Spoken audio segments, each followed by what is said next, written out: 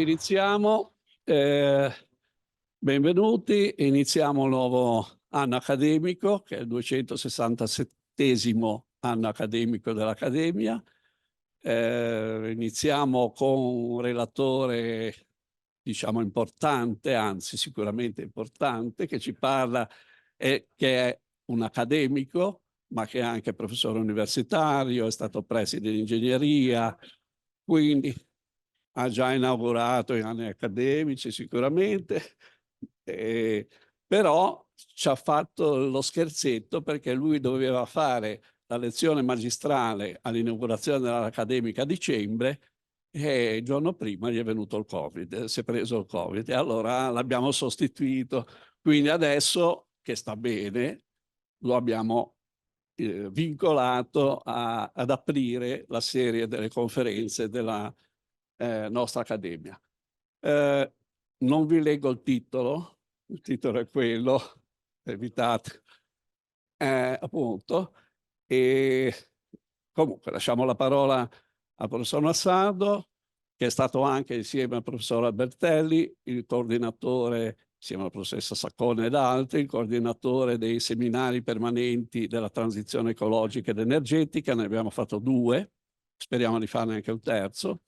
E quindi lui è stato una delle figure sicuramente importanti. Bene, prego.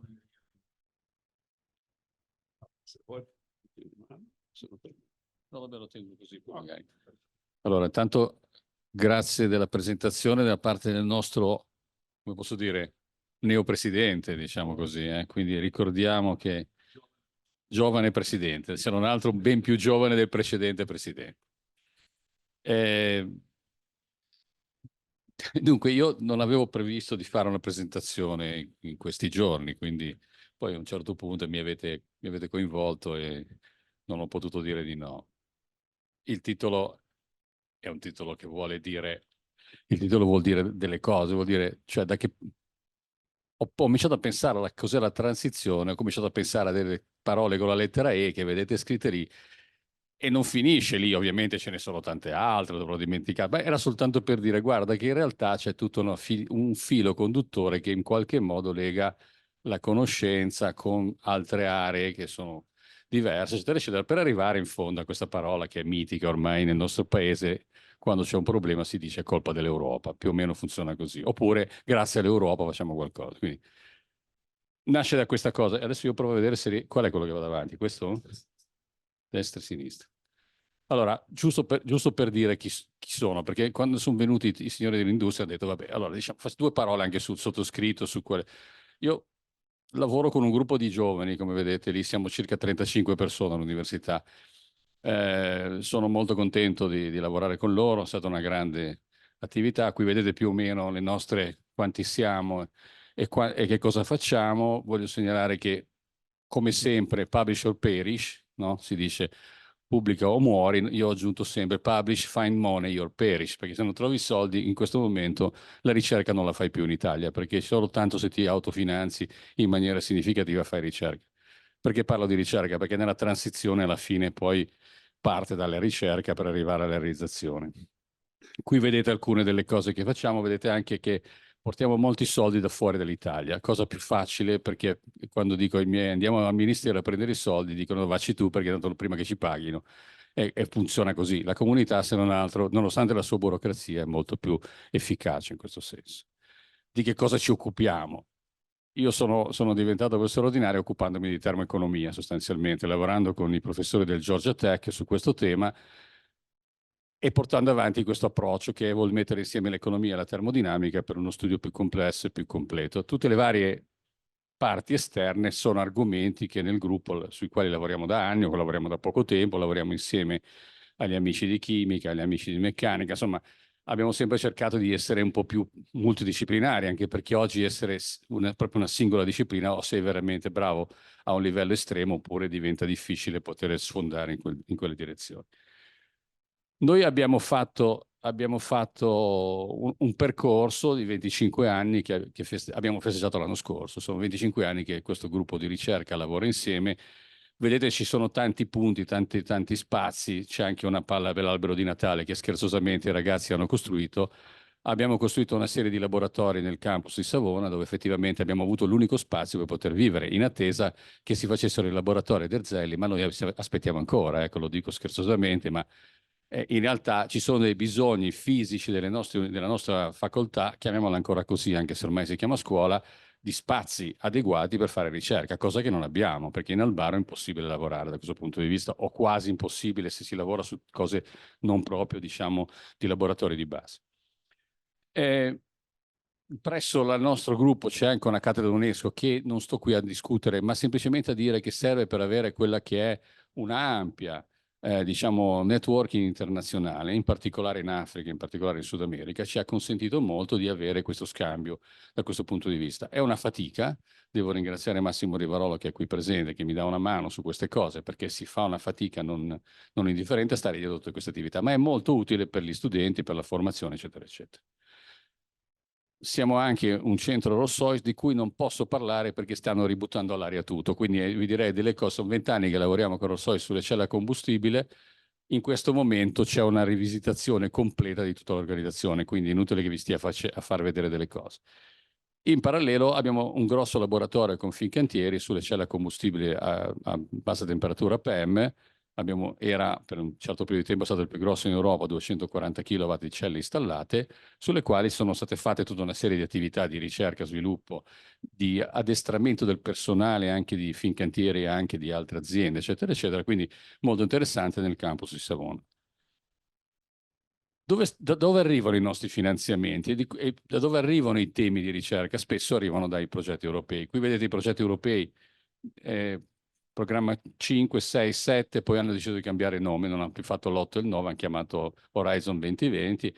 Questi sono i progetti che noi abbiamo, come vedete alcuni stanno funzionando, stanno andando fortunatamente a conclusione e ci hanno consentito di avere un significativo finanziamento. Ma la cosa che vi farà spavento è questa slide invece. Questo è quello che è successo l'anno scorso. L'anno scorso abbiamo avuto una performance incredibile di successo nelle domande presentate alla comunità europea, siamo arrivati all'80% di successo, per cui oggi noi abbiamo, come vedete, ai precedenti 8 vanno sommati questi 16, cioè stiamo gestendo 23 progetti europei nell'ambito della transizione, perché in realtà stiamo lavorando su questi temi e di conseguenza effettivamente forse siamo anche pochi per essere 35, ma nel contempo abbiamo difficoltà di tutti i tipi, perché quando ti li danno poi li devi fare, non è che sono uno scherzo, non è che puoi dire non lo faccio, ecco. Quindi questo per dire che noi lavoriamo in questa cosa. Che cosa avrei voluto parlare io? Io da molti anni mi occupo di dinamica delle turbomacchine e mi sarebbe piaciuto parlare, vediamo se parte, non so se parte. No. Cosa ho fatto? È un video, sì. Vabbè, però adesso non si vede niente, è completamente perso. Ho toccato qualcosa. Torniamo indietro. Torno indietro io? Ecco. Non è qui, è qui, è qui, è qui. Allora, mi sarebbe piaciuto venire qui a raccontarvi qualcosina su un problema che ogni tanto qualcuno di voi potrebbe anche vivere, perché non parte. Vabbè, se non lo si vede. Diciamo, il problema che al decollo di un velivolo come questo, uno dei due motori praticamente va da fuoco. Ecco, adesso lo vedete, questo è uno dei temi sui quali io ho lavorato, lo vedete? Ecco, stava per decollare e, come si dice, aborting take-off, ha abortito il decollo. Non è una bella esperienza da questo punto di vista.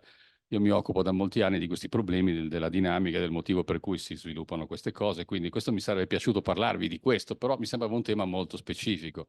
Magari vi annoiavo pieno di equazioni, cose del genere, non era il caso. Se andiamo avanti, possiamo magari andare avanti. Ecco. L'altro tema sul quale, scusate, sarebbe stato bello andare in dettaglio era la realizzazione della nave Zeus, che è una nave che abbiamo costruito insieme a Fincantieri, alimentata esclusivamente a cella a combustibile e idrogeno, con un sistema di idruri metallici per, anche qui, quanto ne possiamo parlare? Dove entriamo in un dettaglio che mi sembra non sia il caso. Un tema sul quale stiamo lavorando, alcuni dei miei colleghi sono qui, sono i temi, adesso qua è difficile perché sono 4 video in realtà questi, ma non oso dire a lui di accenderli. Ecco, questa è la combustione di una fiamma stabile aria-metano. Questo invece è una miscela idrogeno, azoto, aria con un flashback, cioè un ritorno di fiamma sui quali stiamo lavorando. Quindi passare dal metano all'idrogeno non è una cosa banale, ci sono molti problemi, ma questo è interessante perché sono fiamme premiscelate o fiamme diffusive ad ammoniaca. Stiamo lavorando proprio per installare una camera di combustione con il professor Ferrari, che è qui presente, nel nostro laboratorio di Savona, su una turbina per fare test sull'ammoniaca. Quindi, però, anche qui parliamo di temi molto specifici, interessanti ma specifici. Allora, mi sono rifatto alla fatica che abbiamo fatto. Sono 2 anni che parliamo di transizione. Se incontro uno per strada di parlare di transizione, gli corro dietro. Non ne posso più se ti parli di transizione, no? Cioè, va bene, l'abbiamo... Allora, sono andato a vedere, questo è quello di quest'anno. I temi sono interessantissimi. Se li mettiamo insieme a quelli dell'anno scorso, l'abbiamo coperta quasi tutta. La tavola rotonda è stata estremamente interessante. Devo dire che alcuni interventi sono stati significativi dal punto di vista di chi l'ha fatto. Poi possiamo non essere d'accordo, eccetera, eccetera. E allora io ho detto, ma per cos'è la transizione? Perché poi insomma, ne parliamo tutti. E quali sono gli opposti della parola transizione? In internet, ormai si fa così, non si guarda più la Treccani, no? E la cosa che mi ha colpito è che gli antonimi della parola transizione sono declino, decrescita, idleness vuol dire stare in equilibrio, e stare fermi, stagnazione, stop, stare fermi. Cioè allora uno dice, aspetta un attimo, ma la transizione allora è una cosa utile, perché altrimenti se non andiamo verso un qualcosa che cambia, restiamo fermi. Quindi allora ti viene e dice, vabbè, allora fammi un po' capire, come faccio a studiare la transizione? Quali sono gli strumenti che ho per studiare la transizione, che è, da quello che c'è scritto qui, un aspetto positivo? Allora io che sono sostanzialmente un professore di macchine termodinamiche, cose del genere, quali sono i miei strumenti per cominciare a studiare una cosa? Sono queste 3 parole che cominciano tutte per E, da qui nasce la questione della E, no? Cioè energia, entropia, exergia. Primo, secondo principio della termodinamica. Cioè, beh, con questi io sono sicuro che posso studiare tutto. Probabilmente sì, ma non la transizione, perché la transizione è molto più complessa, è molto più ampia, è molto più multidisciplinare. E, e si parla di just transition. Just è una parola che usano in Comunità Europea, che vuol dire sostanzialmente fatta nella maniera giusta, no? Non semplicemente una transizione, diciamo, come facevano una volta, di tipo colonialista nei confronti di altri paesi, eccetera, eccetera. Una transizione che deve avere delle regole etiche. La transizione, qualcuno ha detto, non lo dico io, ma lo hanno detto, sfida senza precedenti. Perché? Perché ingloba tutto, tutto.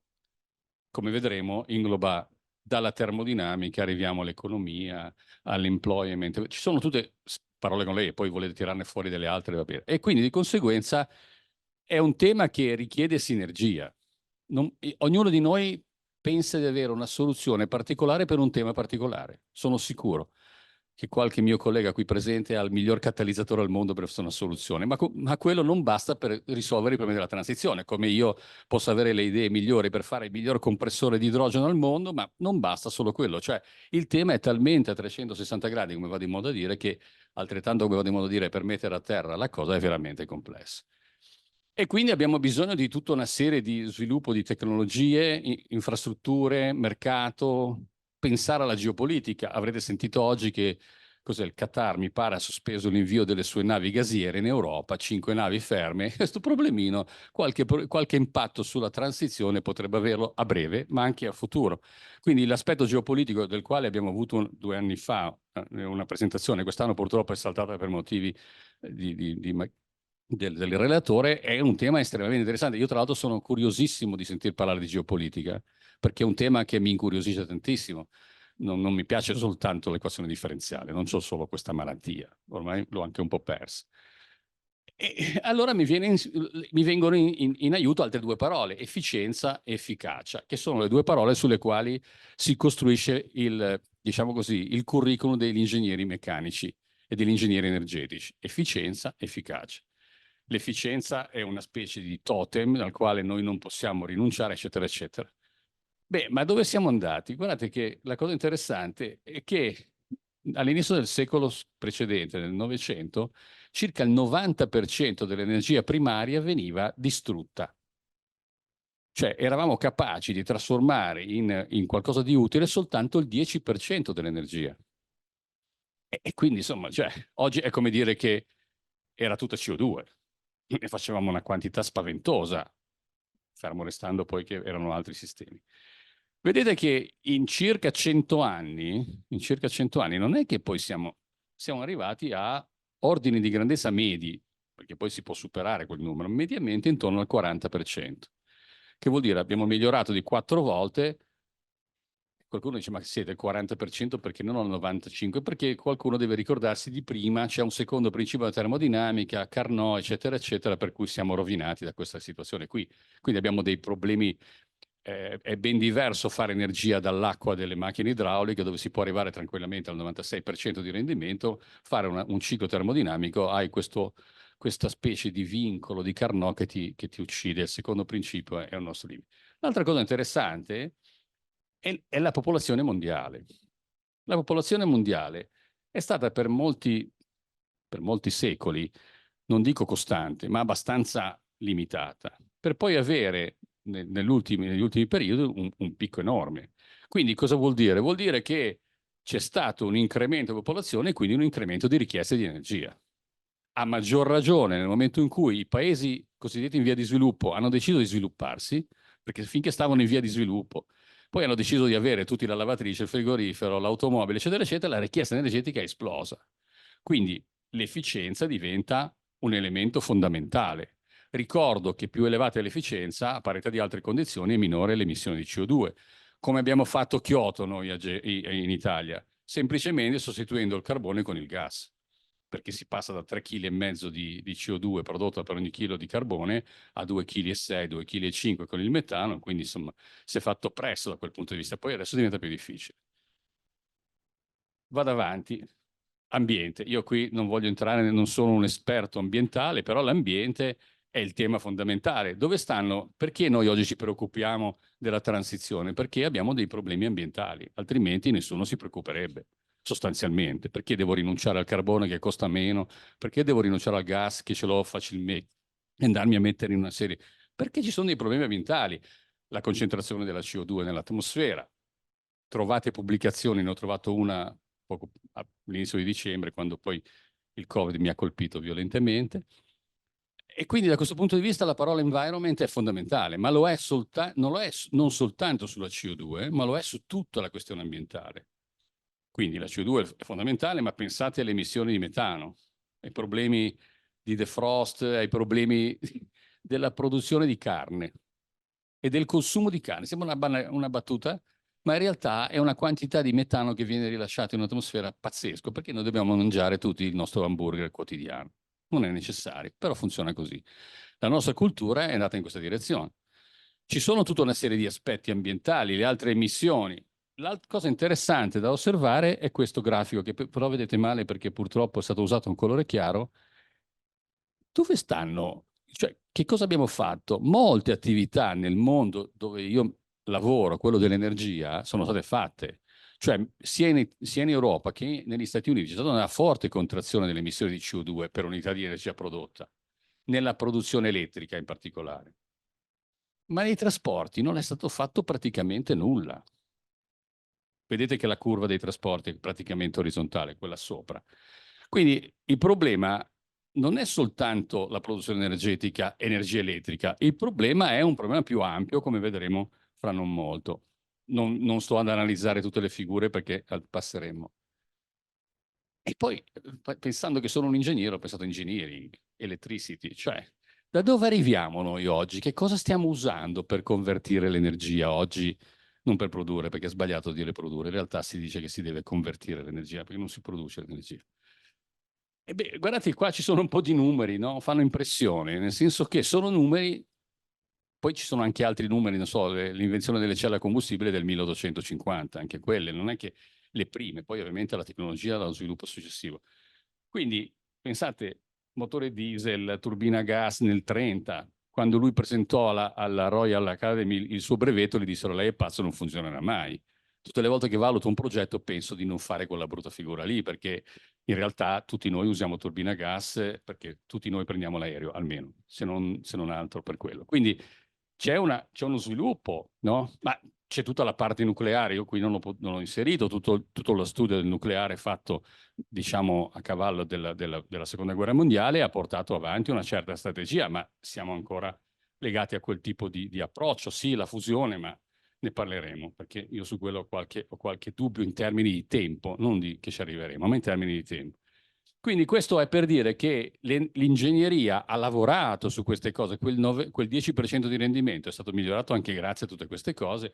Oggi abbiamo degli impianti che viaggiano al 63% di rendimento, che non mi sembra male, peccato che li teniamo spenti. Ovvero li accendiamo, li spegniamo, quindi funzionano male. Ma questo è un tema complicato perché a noi piacciono le cose difficili. Una delle cose più difficili della quale ogni tanto mi trovo a combattere è il mercato dell'energia. C'è un mio collega che si occupa di queste cose, Alessandro, mi cerca di spiegarmi le novità del mercato dell'energia, io rifiuto, ho una specie di rigetto in questo momento, è complicatissimo, cioè anche perché va spesso contro la logica. Le altre parole sono parole che in qualche modo hanno a che fare con l'eccesso di energia, i combustibili prodotti con energia elettrica, lo storage di questi, cioè lo storage quindi l'accumulo, e l'elettrolisi. Sono tutte parole con la E, guarda caso, no? Che in qualche modo sono legate. Che cosa vuol dire storage? Vuol dire che, come vedremo, non mi ricordo dove le ho messe le slide, abbiamo bisogno di accumulare l'energia quando la produciamo e usarla quando ci serve. Noi oggi viviamo in un mondo nel quale questo effetto è fatto dai fossili. Ok? Cioè quando abbiamo bisogno accendiamo la caldaia, quando non abbiamo bisogno la spegniamo. Il fossile fa da accumulo nelle tubazioni, dove sta. Ok? Non abbiamo questo, nel momento in cui tu rinunci al fossile non hai più questo effetto di storage. L'effetto di storage è quello che ti consente di accoppiare consumo e generazione, che è la parte più complicata, perché se non le metti insieme il sistema non sta in equilibrio. Ai miei studenti, per spiegarlo, dico sempre, state salendo sullo Stelvio con un'automobile a tavoletta e quando arrivate in cima continuate a tenere la tavoletta. Cosa succede? Va ammazzate. Perché? Perché avete perso il momento resistente. E lo stesso vale sulla rete elettrica. Se voi avete una rete elettrica che va molto forte, togliete del carico, automaticamente va sopra velocità e saltate di frequenza, il che vuol dire stiamo tutti al buio sostanzialmente, con tutti i problemi di conseguenza. Ma questo potrebbe succedere 3, 4, 5 volte al giorno in futuro, quindi è un problema non banale da non trascurare. L'altro aspetto è quali sono i sistemi di storage, cioè di accumulo dell'energia che abbiamo. Non li sto a vedere tutti, però insomma le batterie, qui vedete c'è in ascesa ci sono le potenze e in ordinate ci sono il tempo di scarica. Quindi i tempi vanno dai pochi secondi ai minuti, alle ore, alle giornate, ai mesi. Quindi ci sono sistemi che durano molto, sistemi che invece intervengono subito. Entrambi sono utili. E poi ci sono le taglie. Qui vedete pumped hydro, sistemi di pompaggio idraulico, che in Italia ci sono circa 7 gigawatt, ricordate questo numero perché poi ci ritorniamo, che vengono utilizzati circa il 30%, perché sono dati in gestione a una società privata che se li gestisce sulla base dei suoi interessi, non della rete. Quindi l'accumulo in Italia è ancora un po' particolare. Dall'altra parte vedete un tema che a noi è caro perché parla di idrogeno, e lì vedete dove si può produrre idrogeno nel mondo. A un costo, diciamo, di 1,5 dollari al chilogrammo previsto nel 2050, eccetera. Cioè parliamo di scenari, perché gli scenari sono una cosa, poi bisognerebbe vedere se ci arriviamo, ma ne abbiamo fatti tanti scenari all'inizio degli anni 2000, non ce n'è uno che abbia azzeccato, ve lo dico perché li ho seguiti. La cosa interessante su questo è osservare che mentre in Europa se ne possono fare 24 mila terawattora, in Africa se ne possono fare 754.000. Quindi la necessità di una relazione Europa-Africa diventa fondamentale anche in questo settore. Quindi l'aspetto geografico, l'abbiamo parlato, c'è stata una presentazione fatta dall'ingegner Barberis proprio su questo tema, un progetto europeo che io coordino, proprio sul tema della integrazione Africa-Europa come just transition, però, non semplicemente dateci quello che fate che poi ci pensiamo noi, no? Quindi va messo in un rapporto più completo e più complesso. E elettrolisi.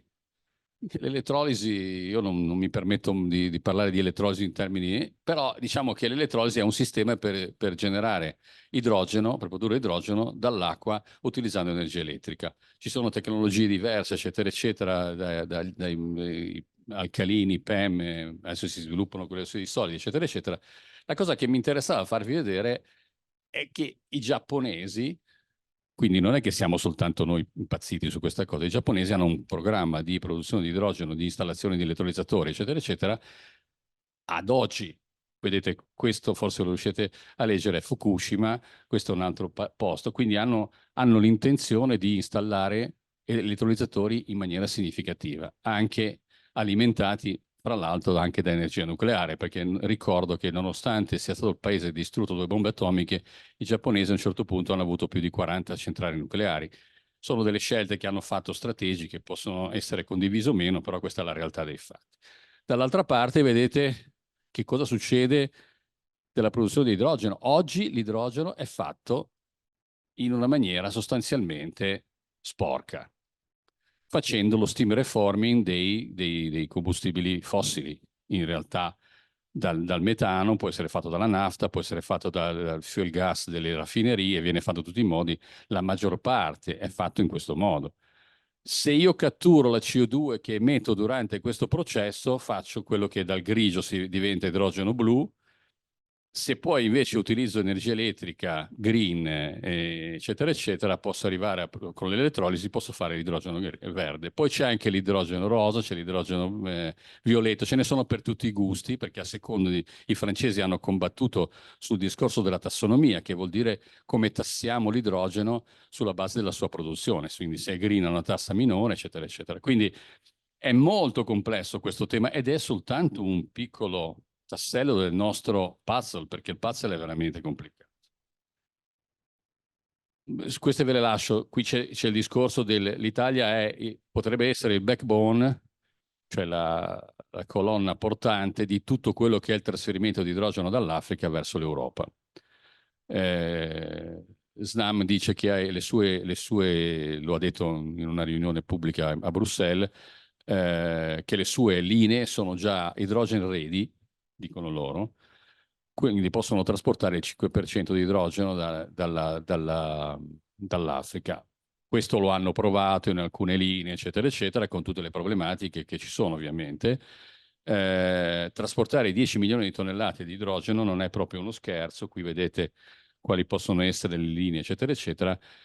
Questo fa parte di quello che sono le richieste non tanto italiane, ma quanto le necessità tedesche di avere idrogeno in Germania. Quindi diventeremo praticamente un sistema di transito con stazioni di ricompressione, eccetera, eccetera. Anche qui potrebbe essere un business interessante con tutte le problematiche che ci sono, perché se io poi non trasporto gas metano non posso portare neanche l'idrogeno, quindi si presume che del gas ne avrò ancora bisogno per qualche anno prima di passare a idrogenodotti. Vi dico soltanto che nell'area di Amburgo ci sono circa 200-300 km di idrogenodotti che trasportano solo idrogeno, che viene prodotto per le varie raffinerie, eccetera, eccetera. Negli Stati Uniti ci sono pipeline che trasportano CO2. Cioè non è che stiamo parlando di cose mai fatte, ci sono e il problema è un problema economico e di sicurezza, di gestione del sistema, eccetera, eccetera. Altro problema che noi abbiamo, le prime 3 parole mi fermo sull'ultima, sono le emergenze. Cioè il problema è l'emergenza, cioè noi andiamo verso un sistema che è più difficile da governare, molto più difficile da governare rispetto a quello tradizionale. Quando io mi sono iscritto in ingegneria, ormai era un'ora geologica fa, il mio professore parlava degli impianti a vapore, dell'Enel, e ce n'era uno standard, erano tutti uguali, e questi dell'Enel gestivano tranquillamente. Noi non abbiamo mai avuto un blackout in Italia in quel periodo, cioè era fantastico. Devo anche dire che con la liberalizzazione ci hanno detto che i costi sarebbero diminuiti, non è andata proprio così. In realtà sono aumentati i prezzi dell'energia. E su questo potremo aprire una lunga discussione. Detto questo, qual è il problema che abbiamo oggi in Italia? Guardiamo le slide di destra. Nel 2004, produzione a nord, trasferimento a sud, perché a sud non si produceva niente. Si consumava poco, ma si produceva poco. Oggi il problema è il contrario. A sud produciamo una quantità enorme di rinnovabili, basta andare in Puglia, scendete alla Mezzia Terme, uscite dall'aeroporto e avete una serie di pale eoliche che ti sembra di essere in un film di quelli in California, cioè una cosa che fino a Catanzaro vai al Crotone pieno di pale eoliche, qualcuno ha preso a fucilate perché per il pizzo a volte gliele sparano, questo non lo sapevate ma l'ho visto con i miei occhi. È un tema, no? Se tu fai delle cose in campagna, sono a rischio. I pannelli solari li ho visti presi a fucilate. Succede, eh? Qualcuno australiano che aveva investito è scappato da alcune aree del sud. Poi magari fanno un po' di scena anche loro. Quindi voglio dire, noi abbiamo questo problema, non so, forse c'è una slide, stesso problema ce l'hanno gli inglesi, al contrario. Gli inglesi hanno il consumo a sud e la produzione eolica a nord e hanno il problema del trasporto ed è un problema, trasportare l'energia è un problema. Voi sapete, forse c'è una slide dopo, che per trasportare energia sulla dorsale adriatica passiamo in mare, perché non c'è più spazio per far passare un cavo fra la spiaggia, la ferrovia, l'autostrada, le case, le macchine e la strada. Non c'è più spazio. E allora a questo punto cosa dico? Facciamo un giro intorno al Conero e andiamo su. Quindi, voglio dire, non è che stiamo parlando di operazioni banali. Che cos'è questo? E questo è un po' più tecnico, però seguitemi molto semplicemente. Se noi abbiamo un guasto sulla rete elettrica, noi dobbiamo intervenire in tempi rapidissimi. Cosa succede oggi? Oggi noi sfruttiamo il fatto che abbiamo delle grandi masse rotanti, che sono le turbine, che girano e che assorbono questo, almeno nel breve termine, così detto nella primaria, assorbono. Dovremmo, con l'inerzia, vedete, questa è l'inerzia, se togliamo l'inerzia, cioè togliamo le turbine, togliamo il fossile e andiamo tutto statico, non abbiamo più inerzia, a meno di non crearla sintetica, come si dice, che però non è una cosa banale anche in termini di costo. Di conseguenza abbiamo bisogno di intervenire con batterie di accumulatori elettrochimici. Incontro un amico, mi già sto costruendo un impiantino di batterie. Quanto? 150 megawatt. 150 megawatt di batterie non è proprio uno scherzo, no? Solo pensare di fare tutte le connessioni, metterle insieme, eccetera, eccetera. Sono roba industriale, quindi roba di alto livello, però stiamo andando in questa direzione. Quindi per coprire questa riduzione della frequenza devo intervenire. Poi c'ho la riserva primaria, la riserva secondaria e la riserva terziaria. Quindi ho un sistema che richiede una serie di, come posso dire, di capacità per salvare la rete. Perché se io perdo la rete, ve lo ricordate nel 2002 il blackout dell'albero che cade, i due alberi? Cioè, in Sicilia ci sono state 24 ore senza energia elettrica. Cioè noi un po' meno, 4 ore, ma in Sicilia ci hanno messo 24 ore a far partire tutto. Perché pochissime black start abbiamo, che vuol dire avviamento senza la rete. Quindi questo è un tema importante, cioè quando faccio la transizione e penso di fare delle cose, devo anche pensare ai rischi che mi metto sul sistema. Questo è un tema tipicamente elettrico, tipicamente meccanico, elettromeccanico, eccetera, eccetera. Vabbè, questo giusto per dire che ci sono scenari energetici enormi. Ecco qua, vedete, le linee elettriche in mare, se ne parla anche da Civitavecchia, da Montalto a Spezia, cioè c'è tutta una rivisitazione del mondo elettrico. Io non sono un esperto di elettricità, dopo l'interrotta, la deviata, faccio fatica a capirla quando a casa se devo cambiare un filo, però c'è un mondo e ci sono tanti soldi per rendere il sistema. No, qui poi ce n'è anche un altro che qui adesso non c'è, ci sono tutte le varie dorsali con le isole, trasporto, perché se io le rinnovabili ce l'ho a sud e l'energia mi serve a nord e devo trasportarla, sta energia, non è che posso fare tutto idrogeno e poi trasportare l'idrogeno, perché costa di più, no? E poi ci sono tutta una serie di problemi non banali, di sicurezza, eccetera, eccetera. Qualcuno l'altra volta mi ha detto non è meglio trasportare l'elettrico invece che il gas? Sì e no, dipende dalle condizioni che ci sono. C'è un volume di 100 pagine che è stato pubblicato pochi mesi fa che fa proprio questa analisi a seconda delle condizioni. Certo, se ho una pipeline pronta mi conviene mandare l'idrogeno perché non devo fare, se devo fare una linea elettrica, le linee elettriche costano delle fucilate, in particolare se sono delle linee elettriche sottomarine. Quindi qui vedete che parliamo di dorsali per l'incremento della capacità di transito, 16 gigawatt, 11 miliardi di euro. Non ci dimentichiamo che tutto questo ha un costo. Chi lo paga? Chi lo paga? Cioè, in Italia si paga sempre andando sulla bolletta. Poi arriveremo in fondo e faremo una piccola escursus sulla bolletta energetica. Poi mi sono venute in mente altre due parole con la E, ma mica da ridere, eh? Cioè, perché non sono più termodinamica, ingegneria, efficienza, no, queste sono quelle che tutti i giorni viviamo, tutti i giorni. Employment economics. Beh, ragazzi, ma quanti siamo al mondo? 8 miliardi, giù di lì. E dove stiamo? Guardate un po'. Se questi due decidono di non fare niente, noi possiamo fare tutta la transizione che vogliamo, ma non si sposta di niente. Tant'è vero che abbiamo raggiunto il massimo della CO2 emessa, nonostante noi abbiamo ridotto, perché noi siamo l'8%, se non vado errato, giù di lì, delle emissioni al mondo. È chiaro che poi noi abbiamo le tecnologie per migliorare l'esempio, eccetera, eccetera, ma guardate che questi non scherzano. E anche qui, cioè, sostanzialmente il problema è un problema di teste. Qual è il consumo pro capite? L'americano consuma 10 volte quello che consuma un africano.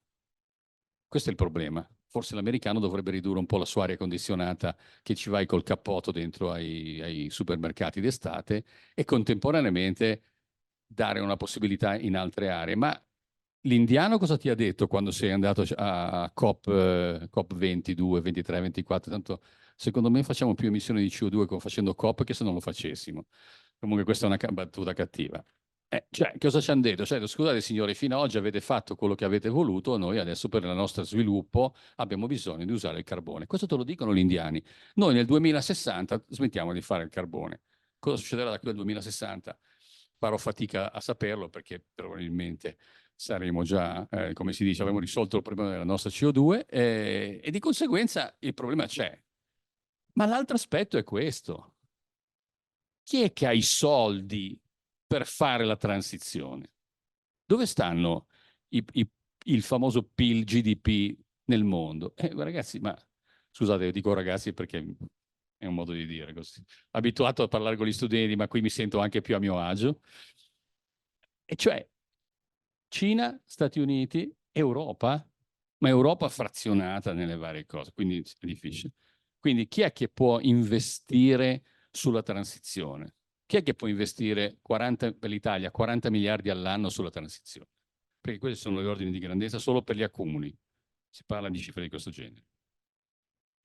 E allora questo è un problema. Quindi dall'altra parte c'è chi ti dice, l'amico Beltrametti, che ha fatto, questo l'ho tratto dalla sua presentazione, l'ho incontrato stamattina, gli ho detto che l'avevo presente, mi ha detto va bene, cioè l'aspetto economico diventa fondamentale perché facciamo l'esempio dell'automotive, così faccio contento il mio amico La Forgia, vicepresidente di Federmeccaniche che è venuto. L'automotive in Italia rischiamo di perdere 200.000 posti di lavoro eliminando il diesel.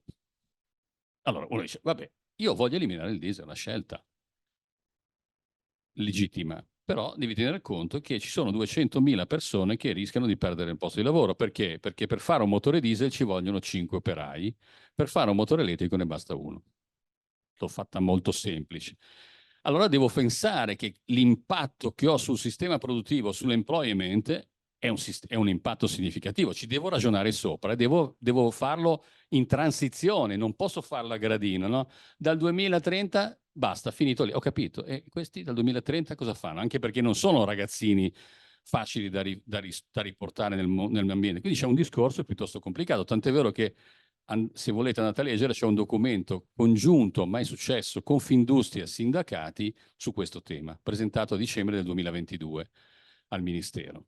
Proprio perché c'è questa forte attenzione. Quindi quando io cancello una tecnologia, rischio di fare dei danni alle persone, non soltanto alle aziende. Le aziende potrebbero anche assorbirla.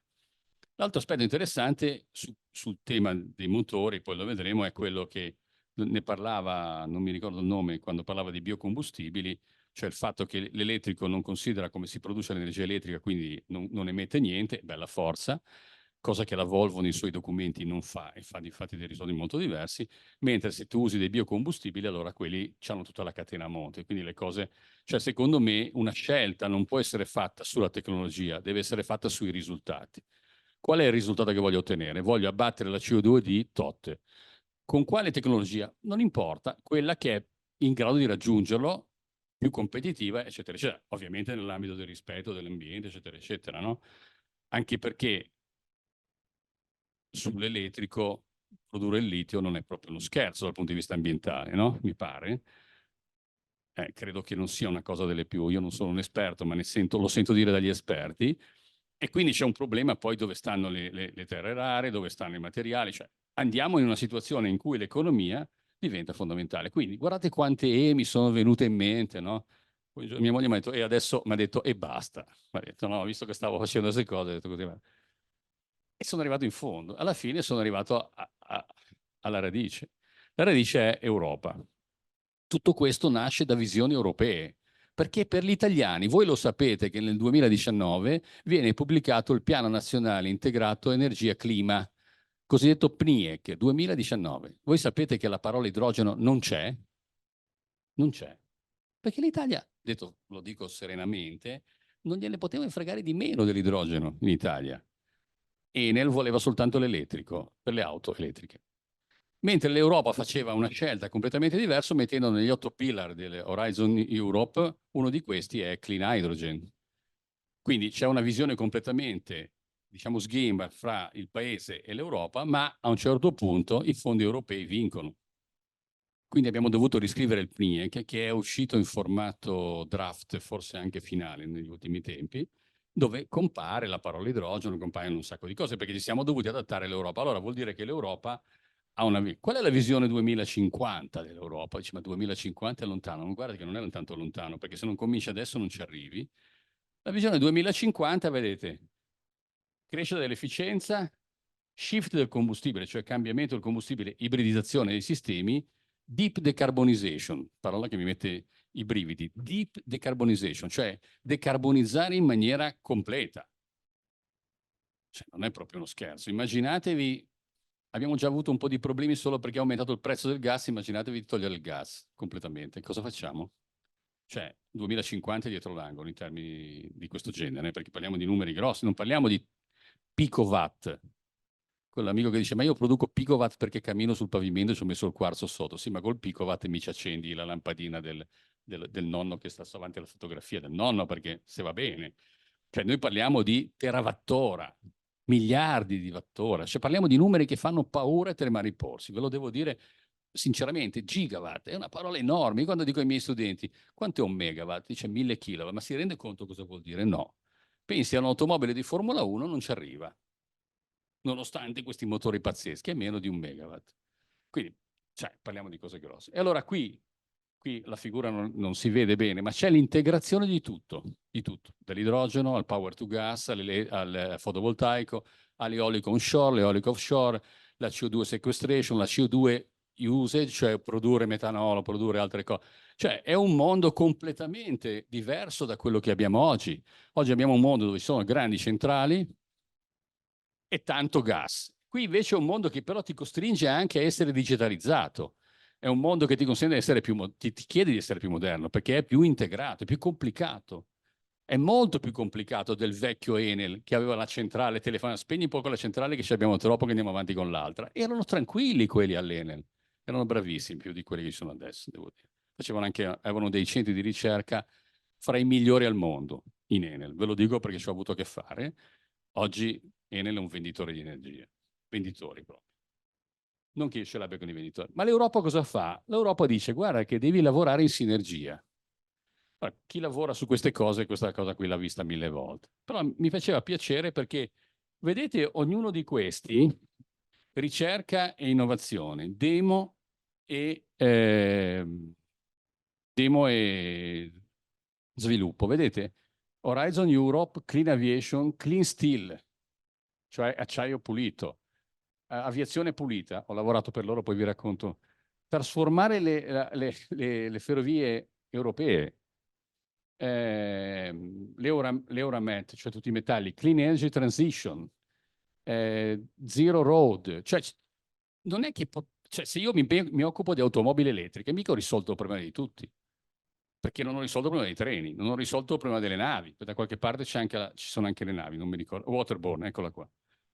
Questa è tutta la parte del trasporto navale. Abbiamo avuto degli interessantissimi seminari fatti da Asso Armatori ultimamente, prima abbiamo avuto anche dagli amici di Rina. E tutto questo passa poi in clean hydrogen, idrogeno pulito, i vari progetti che ci sono. Quindi tutto questo, oggi stiamo lavorando soprattutto su Innovation Fund, cioè soldi per fare delle cose, non solo per studiarle. Quindi salire di livello tecnologico TRL, cioè Technology Readiness Level, arrivare a numeri 8-9, cioè alla commercializzazione di oggetti.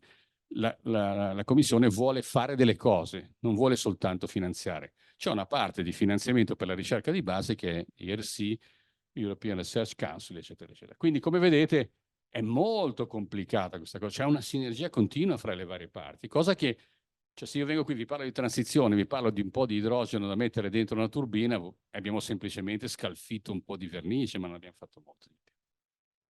Ma l'Europa ha dato anche grazie alla guerra in Ucraina, questo è successo, ha dato anche degli indirizzi molto forti. Quello che ha dato è, io vi segnalo questo, che è il Fit for 55, che mi fa un po' fatica a dire, al 2030. 2030 quando è? 6 anni, dopodomani. Perché se io devo fare un impianto in Italia mi ci vogliono 3 anni per avere un permesso. Giusto per dire, l'Innovation Fund ti chiede di avere il permesso firmato quando fai la domanda. Non so come facciamo. E poi lo dovresti fare in 2 anni il lavoro. In 2 anni in Italia, vabbè, non voglio parlare di Azzeli, ma scherzosamente sono 20 anni che aspettiamo, cioè, c'è sempre qualcosa che non va. Quindi il paese non è preparato per queste cose e io sono preoccupato per il PNRR, perché la burocrazia del PNRR che vedo in università, non voglio aggiungere altro, ma fa paura. Speriamo bene. La cosa interessante, guardate, dice dobbiamo incrementare di 70 gigawatt, 70.000 megawatt, la capacità solare ed eolica. Al 2019 ne avevamo 33. Oh. Ne ho 33, ne devo fare 2 volte tanto, cioè no, 3 volte tanto praticamente. Ragazzi, non è proprio come ridere. Poi viene qui quello di Erg e ti dice che hanno fatto 200 domande per fare impianti eolici e gliene hanno approvate 4. Perché poi la realtà è questa, no? Cioè ti scontri con la realtà, perché io posso scrivere tutti i numeri che voglio, ma poi vado a misurare quante ne hai prodotto di energia, quante ne hai convertite, eccetera, eccetera. Vedete, questo è la quota FER, quindi la quota fonti di energia rinnovabili, e sono altrettanto cresciute. Sono numeri che fanno paura. Se guardate questa figura, è un po' difficile, ma provo a spiegarla. Questa è la necessità di energia elettrica prevista, fabbisogno elettrico.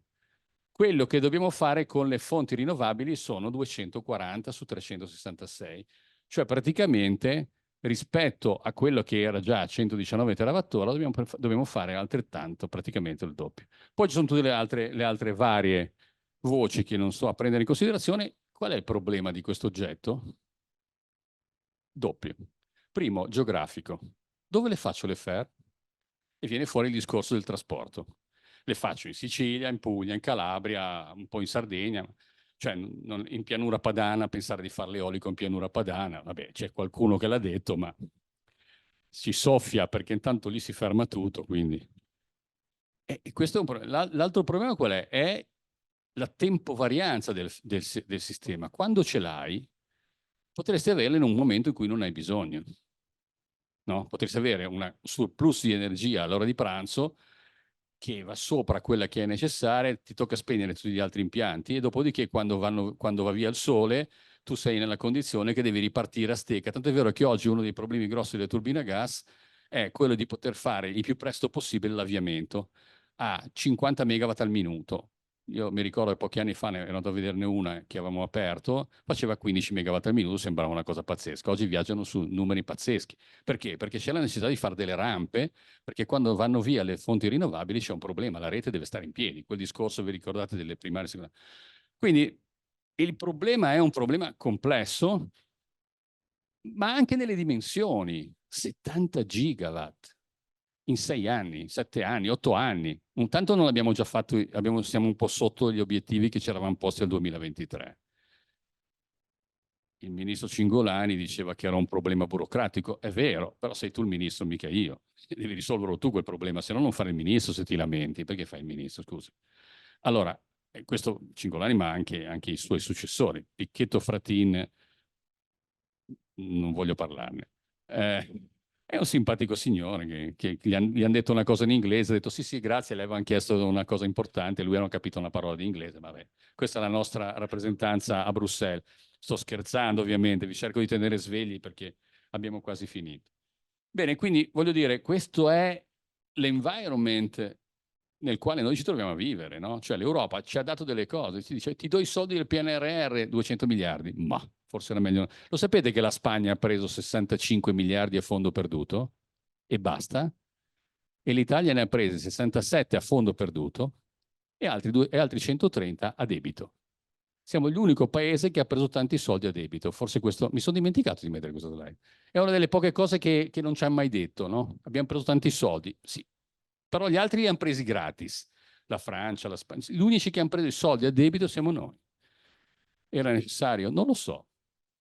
Questo non lo sapevate, penso. Va bene, ma l'Europa dove sta? Dove sta l'Europa?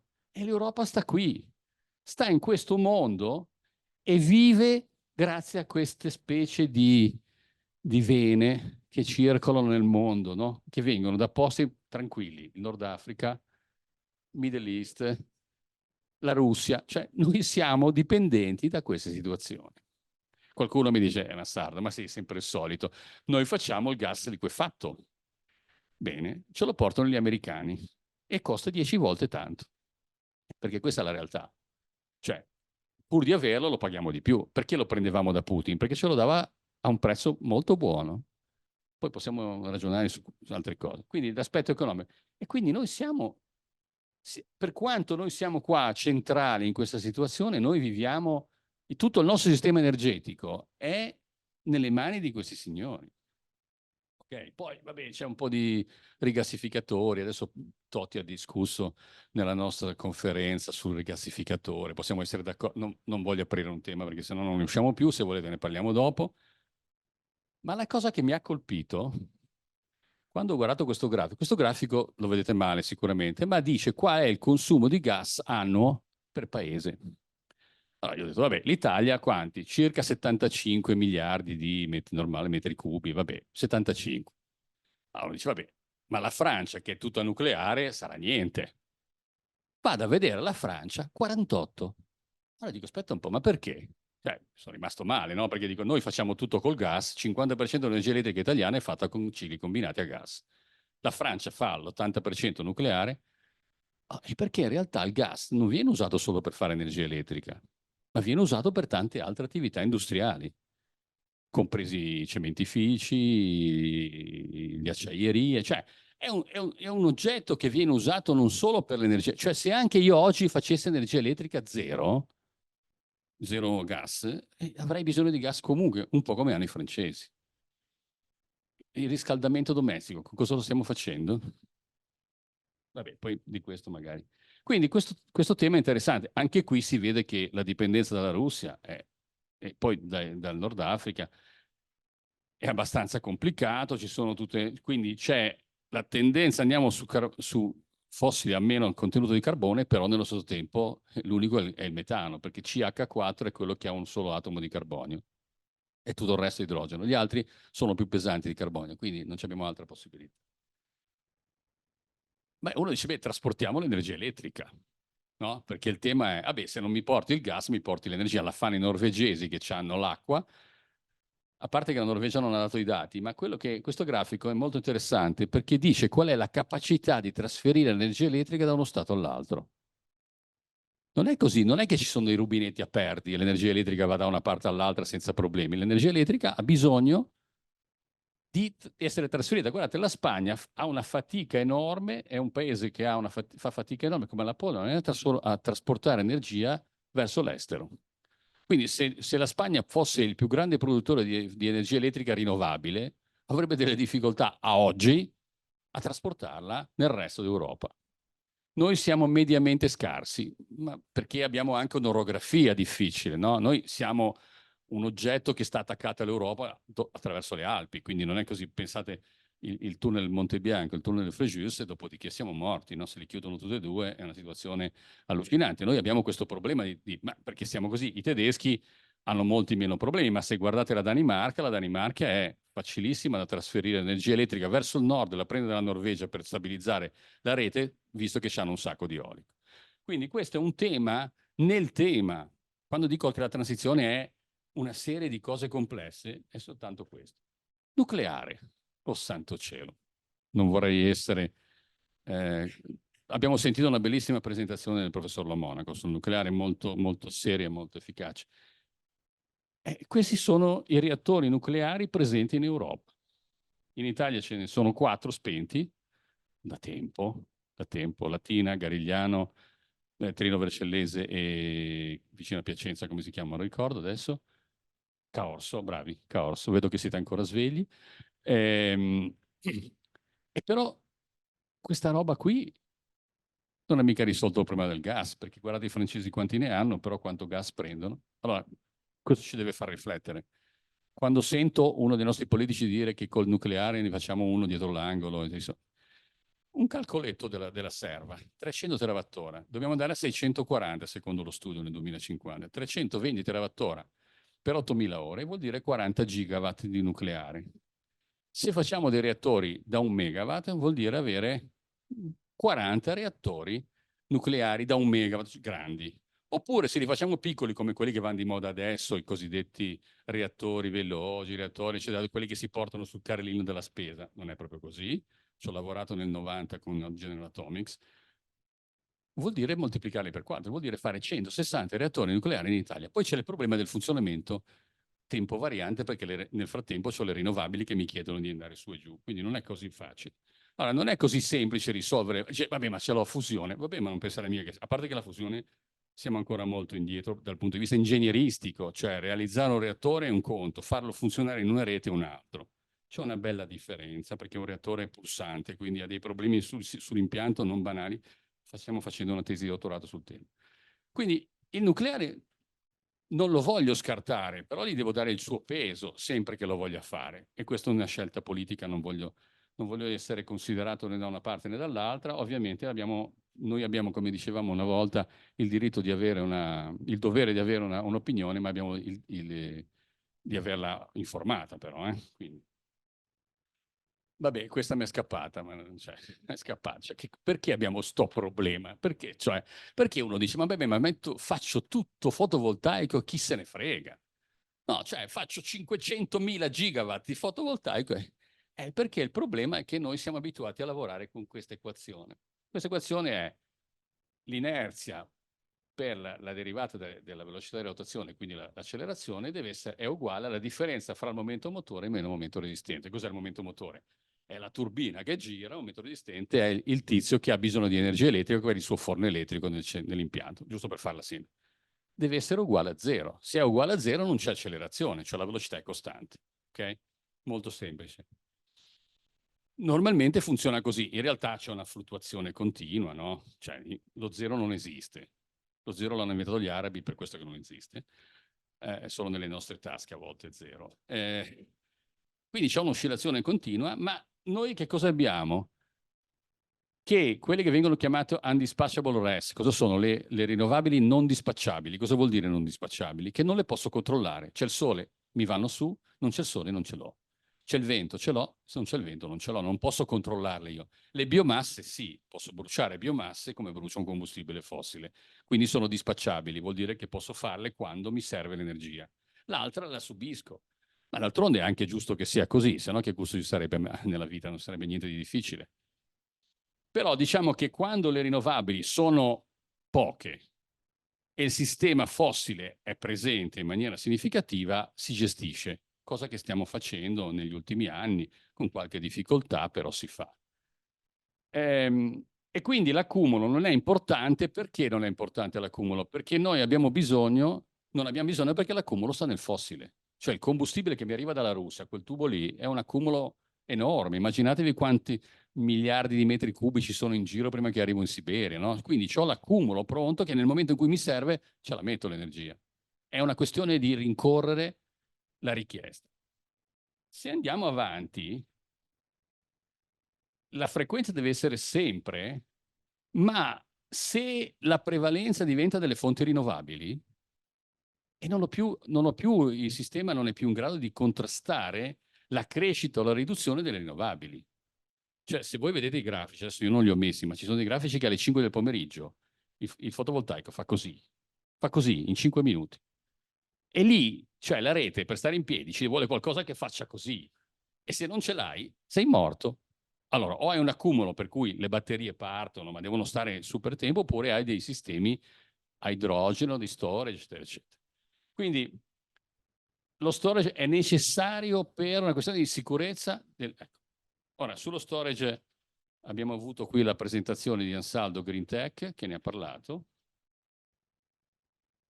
e mi sento male se guardo questo. Questo è il bilancio energetico nazionale, non è il bilancio elettrico, che è una cosa che potrei così scherzosamente. Il bilancio nazionale, vedete, solo il 20% sono rinnovabili. Solo il 20%. Perché? Ma perché voi andate con un'automobile rinnovabile? Dice Antonio, c'ho la macchina elettrica. No, no, perché tu con cosa la carichi la macchina elettrica? Con la rete. E la rete cosa vuole fare energia elettrica? Per il 50% col gas. Poi un po' la fa col carbone, un po' la fa con altre cose e un po' di rinnovabili.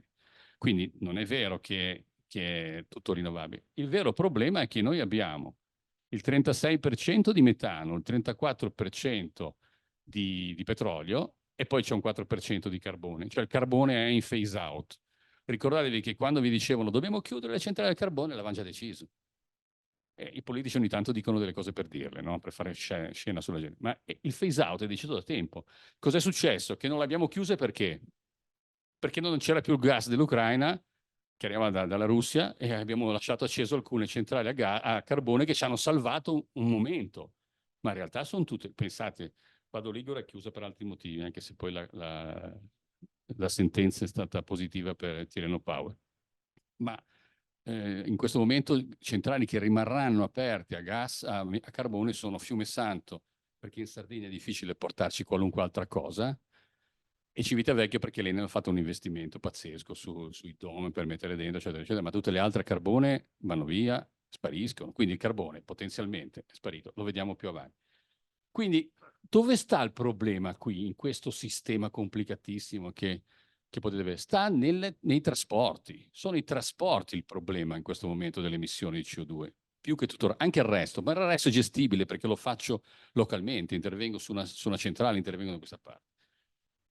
Vado avanti veloce.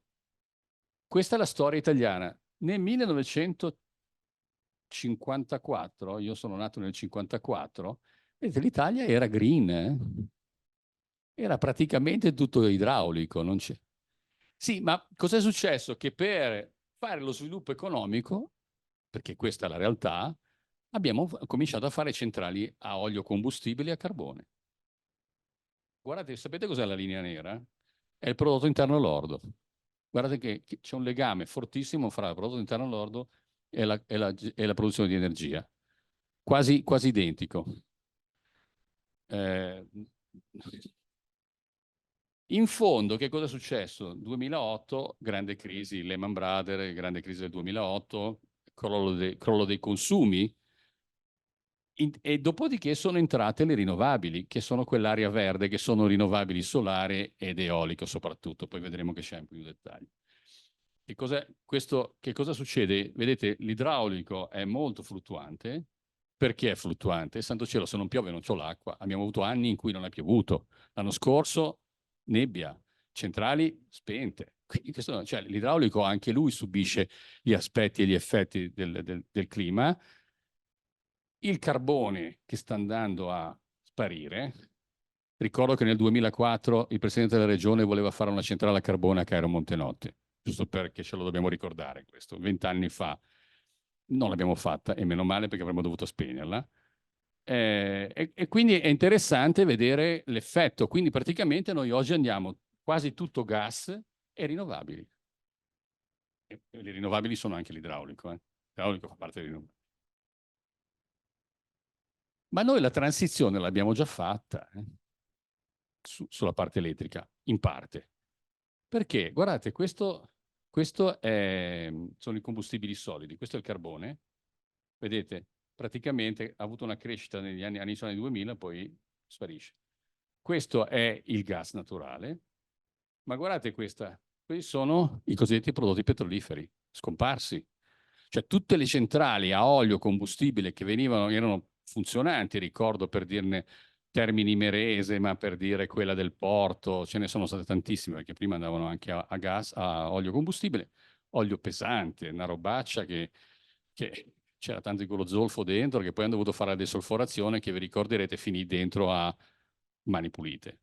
Un amministratore delegato dell'Enel finì in galera, un professore del Politecnico di Milano, perché c'era stato un giro di soldi sulla desolforazione. Anche qui, vabbè. Però vedete che, guardate, la crescita delle rinnovabili è evidente.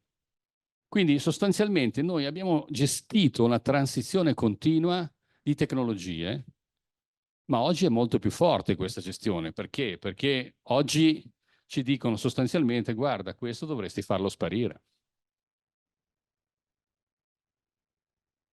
Quando è stato deciso di fare il phase out del carbone, 7 gigawatt, vero Alessandro? Circa 7 gigawatt, hanno detto, beh, chiudiamo le 7 gigawatt a carbone e facciamo rinnovabili. Risultato, cosa ha fatto Terna per tenere in piedi il sistema? Ha dovuto costruire circa 4 gigawatt e mezzo di centrale a gas naturale. Se no il sistema non stava in piedi, perché non abbiamo gli accumuli. Non ci sono gli accumuli per gestire il sistema. Quindi, quando uno dice tolgo quello, dimmi cosa ci metti, perché il problema è un problema tecnico, anche economico, e le stanno costruendo in regioni del nord Italia. E poi uno dice, ma perché mi parlavi di geografia? Ma ti parlo di geografia perché la geografia in Italia è delirante. La Lombardia è sempre stata una regione in debito di energia, ne consuma più di quella che produceva, nonostante fosse piena di centrali. Turbigo, Lodi vicino a, come si chiama?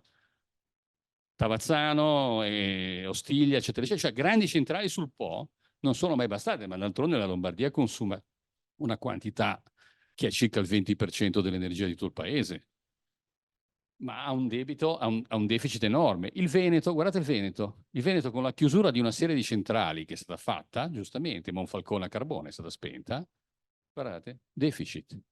E dove abbiamo il surplus? Tanto siamo in deficit sempre globalmente perché importiamo il 14% dall'estero, giusto per ricordarcelo. Ma guardate la Puglia e la Calabria.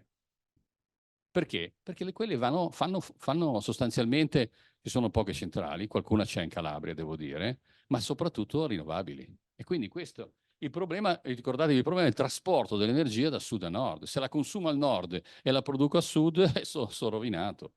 Mi devo mettere in testa che la devo trasportare. Trasportare l'energia intanto non è gratis, perché come vi ricordate la legge di Ohm dice che comunque vada un po' te la perdi, quindi questo non è positivo. Beh, questo vabbè, ve la salto. È la stessa cosa in Inghilterra. Gli inglesi hanno lo sposto, no? Cioè il vento al nord, il consumo a sud, quindi la metropolitana di Londra rischia di saltare se quelli non, insomma, problemi di questo genere. Lo stesso problema è un problema delle questioni termiche, cioè delle questioni dell'ambiente. Qualcuno mi ha detto, ma le automobili elettriche? Qui, vabbè, ci vorrebbe una lunga storia. È interessante vedere, quelle sono dei forecast, cioè delle previsioni al 2028 di quante auto elettriche, di diverse tipologie di auto elettriche, vedete, mild hybrid, full hybrid elettriche, fuel cell, eccetera, eccetera, quante ce ne saranno in milioni di automobili, eccetera, eccetera. Questa è la previsione per l'Italia. Qual è il problema? Il mio problema è che nel mio condominio non voglio nessuno che carichi la macchina sotto casa mia, perché quando prende fuoco una batteria è una brutta bestia.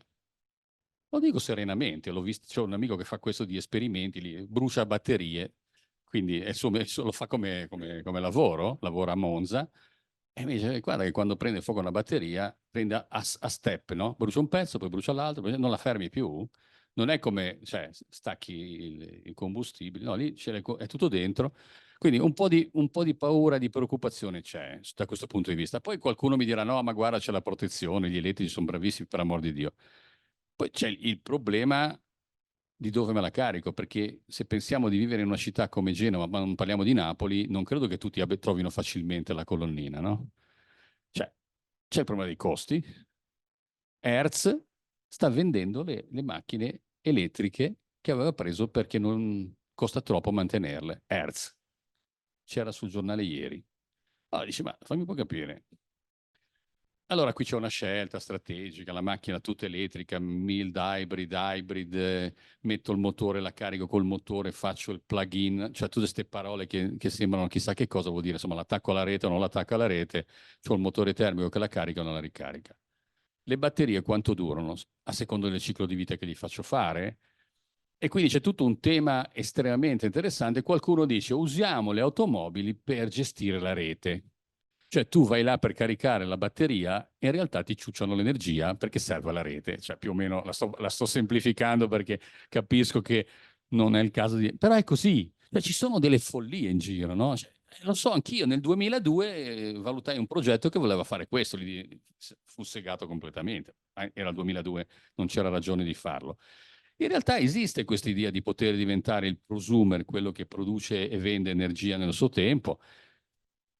Insomma, il sistema delle macchine elettriche io personalmente lo vedo solo nelle città, ma questa è una mia visione personale, può darsi che sia sbagliata, ma se io devo pensare che vado per strada e vedo un SUV da 2,5 tonnellate con una persona che fa corso Europa, potrebbe tranquillamente viaggiare con una macchina tipo una Smart e farebbe lo stesso effetto per andare in ufficio, forse prendendo l'autobus.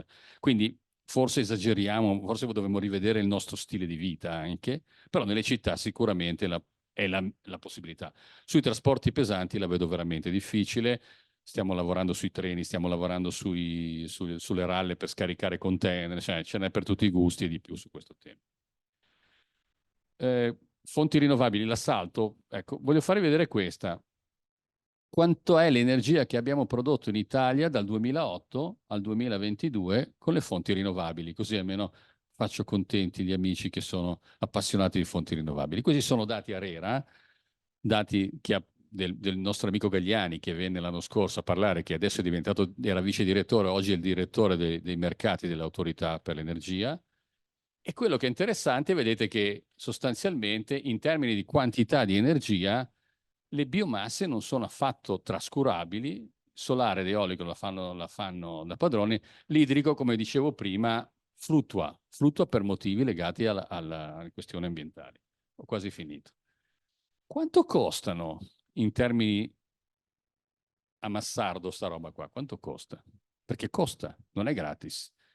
Cioè, le rinnovabili sono state oggetto di incentivi nel tempo, sono ancora oggi oggetto di incentivi. E io dico, fortunatamente, qualche volta li abbiamo un po' sbagliati, perché nel 2008 abbiamo dato una quantità di soldi spaventosi che poi per 20 anni te li devi pagare, perché poi Renzi cercò di cambiare le regole, ma era chiaramente contro la legge.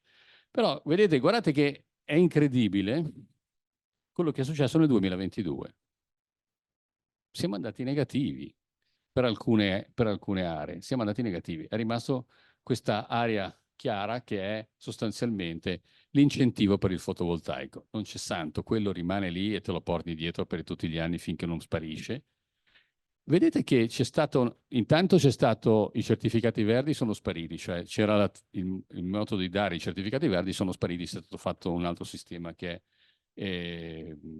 sono sostanzialmente questi verdi scuri. Qui siamo andati in negativo, sapete perché?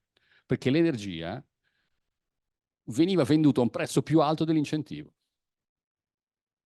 È una cosa pazzesca, nessuno se l'immaginava. Cioè gli incentivi erano 270 euro a megawattora quando hanno cominciato. L'energia a un certo punto si è venduta a 350. Quindi praticamente mi dovevi dare indietro dei soldi perché non ti devo dare gli incentivi perché tu guadagnavi già. Quindi è stata una cosa che inaspettata dovuta alla crisi russo-ucraina, mica ad altro. Quindi da questo punto di vista è interessante, ma questa è la nostra bolletta. Lo so che sono andato sul pratico, ma la nostra bolletta, guardate un po', forse lo vedete male, ma questi sono i vari anni, 2016 sino al 2023, secondo trimestre. Guardate come siamo andati. Siamo arrivati a delle cifre pazzesche e vi faccio notare che in questo periodo il governo ha tolto gli oneri di sistema. Cosa sono gli oneri di sistema? Sono una cosa in parte vergognosa. Dentro c'è anche il dismantling delle centrali nucleari. da 40 anni più o meno. Quindi continuiamo a pagarle queste cose. Avete la spesa per il trasporto, ho consumato 0,1 kWh e ho pagato una bolletta da 40 euro. Ho chiamato il mio amico all'autorità, ho detto, ma Andrea, ma di cosa stiamo parlando? Il contatore tu ce l'hai e quindi il servizio ce l'hai, paghi il servizio. Ho capito, ma non ho consumato niente. Nella casa in campagna, ovviamente, non a casa qui. Cioè, c'è una distorsione completa fra quello che consuma e quello che non consuma, perché gli oneri di sistema ci sono stati degli anni in cui valevano il 30% della bolletta. Cioè, quindi noi paghiamo una quantità di soldi, poi ci mettiamo anche le accise, ci mettiamo l'IVA, e quindi, insomma, la situazione non è proprio banale. Dove sono andati a finire i nostri incentivi? Tutti al fotovoltaico. Quasi 6 miliardi di incentivi nel 2022 sono andati, 6,4 miliardi in totale, quasi 6 miliardi al fotovoltaico. Mentre gli altri, vedete, poca roba l'eolico, neanche 500 milioni. Questi soldi escono dalle nostre bollette. Non è che c'è. Quando sento il sindaco di Vicenza che dice ho fatto la scuola con fotovoltaico, sto guadagnando un sacco di soldi. Bravo, ma te lo sto pagando io. Non è che te la regala il tedesco, cioè siamo sempre noi, perché la torta è sempre la stessa. Bravo che l'hai fatto. Stupido io che non l'ho fatto magari, però voglio dire, attenzione, perché è sempre una torta e se poi quella torta diventa grande e non riusciamo più a gestirla, per quello che mi spaventa la transizione, perché la transizione vuol dire rifare reti, accumuli, rivedere il sistema, gestire il sistema, eccetera, eccetera, diventa una cosa complicata. La bolletta elettrica italiana. Quanto vale la bolletta elettrica italiana? 64 miliardi. 64 miliardi. Quanto fattura un saldo energia? 1 miliardo? 1,5 miliardi? Quanto fattura Leonardo? 10 miliardi? La bolletta elettrica italiana vale 64 miliardi. In realtà ne vale 53, il resto sono accise, tasse, IVA sulle accise, perché in Italia si paga l'IVA sulle tasse, lo sapete, no? Perché è un classico. E qui vedete i servizi di vendita, i costi di rete, quindi la rete ha un costo e quindi se la devo rafforzare pagherò dei costi sulla rete perché quei soldi l'interna da qualche parte li deve prendere e quelli sono gli oneri generali di sistema. Tutte le varie componenti, non sto ad elencarle, che vedete qui. Quindi sostanzialmente su questi numeri, la transizione andrà necessariamente a colpire. Non è che poi pensiamo che andremo green con gli stessi prezzi che abbiamo adesso. Cioè l'idrogeno non costerà tanto quanto il gas naturale di Putin, scordiamocelo. Il problema degli accumuli, quegli accumuli, quanti miliardi di investimento dobbiamo fare, chi li gestisce, come li gestisce, quanto costa mantenerli, sostituirli, eccetera, eccetera. Cioè è un problema enorme che spesso io ho la sensazione che venga affrontato un po', come posso dire, un po' con faciloneria. Devo dire che Terna da questo punto di vista sono bravissimi e serissimi, difatti sono quelli che dicono non si può fare, dobbiamo fare questo, se non facciamo questo non sta in piedi il sistema. C'è ancora una competenza notevole da questo punto di vista, ma il sistema è un sistema che ha un valore economico. Guardate che questo è, cos'è, il 5%, no, un po' meno del 5% del PIL nazionale, ma questi sono soldi veri, eh? Non sono quelli che girano e fanno il PIL alla fine. Questi sono soldi veri, sono quelli che noi paghiamo tranquillamente con le nostre bollette. Questo è fatto su clienti finali di tipo normale. Poi ci sono quelli che non pagano certi oneri. Ad esempio, chi fa acciaio sono i cosiddetti energivori, hanno delle tariffe facilitate perché altrimenti sarebbero fuori mercato. Io sono stato a fare un'ispezione alla cartiera del Timavo, che è la più grande cartiera italiana, e mi dicevano che i nostri concorrenti finlandesi pagano l'energia un terzo. Qual è il vantaggio che siamo qui? Perché noi facciamo dei rulli da 6 metri per 2 metri di diametro e voglio vedere trasportarli dalla Finlandia, qui quanto gli costa. Cioè, questo è il problema. Cioè, se tu devi competere con gente che l'energia costa meno, alla fine la transizione la devi gestire investendo e spendendo. Ho finito. Quindi, che cosa dobbiamo fare? Pensare fuori dal box, come dicono gli inglesi, cioè essere un po' creativi. No, e quindi invece che stare sempre tutti nella stessa acqua e a lamentarci che non ci sono, facciamo uno zompo dall'altra parte. Io quando ho cominciato la mia carriera feci uno di questi zombie, il mio professore disse lei Massardo non farà mai carriera, ci è andato vicino. Perché volevo studiare cose che lui diceva che non erano nella nostra cosa. Quindi è inutile che ci nascondiamo, il tema è complicatissimo. La transizione è una parola bellissima, io credo di avervi confuso abbastanza le idee, che era quello che volevo fare, perché non sei in grado di venire qui a dare una soluzione, perché ci sono 1000 problemi dentro a una soluzione. Quindi è un tema veramente complicato che riguarda tutti e tutti gli effetti. Cosa vuol dire pensare fuori dal box? Beh, guardate, questo io gli ho fatto la valutazione, li ho anche bocciati questi, quindi erano loro Airbus e MTU. Questo aereo vola alimentato a idrogeno e celle a combustibile. Vola, eh? Cioè, se andate su questo sito c'è il decollo, si vede. Ora, poi questi sono pazzi, hanno messo le bombole pressurizzate invece che l'idrogeno liquido, eccetera, eccetera. Ma stanno facendo un'attività creativa. Hanno raccolto quantità di soldi spaventosi nel mercato dello stock exchange, diciamo, degli investitori. E questo è un Dornier che ha bimotore, uno dei due motori è fatto con cella a combustibile PEM alimentata a idrogeno e vedi che decolla, qualche volta hanno fatto qualche fallimento, ma è normale, se non fai le cose non le sbagli mai. E quindi credo sostanzialmente che ci sia spazio anche per quelli che vogliono fare cose nuove. Magari non risolveremo il problema globale della transizione, però in un settore si possono fare delle cose mettendo insieme le competenze, le conoscenze, eccetera, eccetera. Concludo. Ho parafrasato Oscar Wilde.